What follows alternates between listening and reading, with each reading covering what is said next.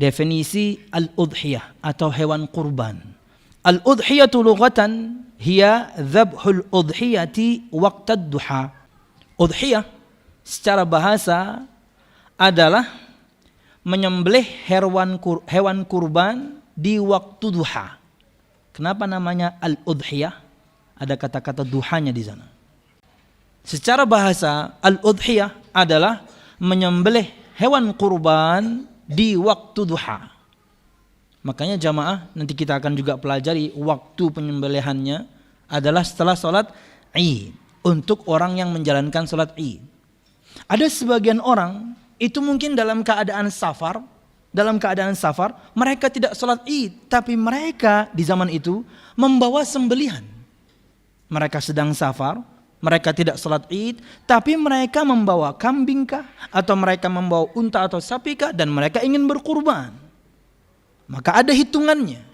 Tidak bisa kemudian sekaligus ketika fajar menyingsing, tidak. Matahari terbit, kemudian dihitung perkiraan orang itu sudah sholat 2 rakaat, dan kemudian imam sudah khutbah 2 kali. Ketika itu mereka baru menyembelih. Jadi kurang lebih jam 8-an gitu ya. Oke, kita akan bahas nanti. Wa syar'an, dan secara istilah syar'i yang namanya udhiyah adalah ma yuzbahu minal ibili awil baqari awil ghanami awil ma'izzi taqarruban ila Allah subhanahu wa ta'ala yaumal 'id. Udhiyah secara definisi syariat Islam adalah apa-apa yang disembelih, baik itu onta atau sapi atau kambing, dalam rangka taqarruban, kurban, mendekatkan diri kepada Allah Subhanahu wa taala di hari raya Idul Adha. Inilah definisi syariatnya. Menyembelih onta, sapi atau kambing untuk mendekatkan diri kepada Allah Subhanahu wa taala. Allah perintahkan, kita lakukan. Nabi Muhammad lakukan, kita juga praktekkan. Betul-betul ta'abbudan, betul-betul yakni perintah, yakni untuk beribadah mendekatkan diri kepada Allah Subhanahu wa taala. Sama nanti juga kita akan bahas. Kalau sudah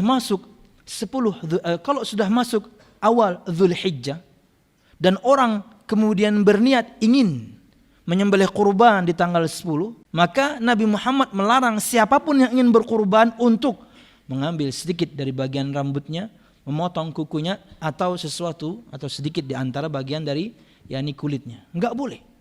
Terkadang kita kan bertanya, kenapa kok tidak boleh potong kuku, padahal itu adalah fitrah.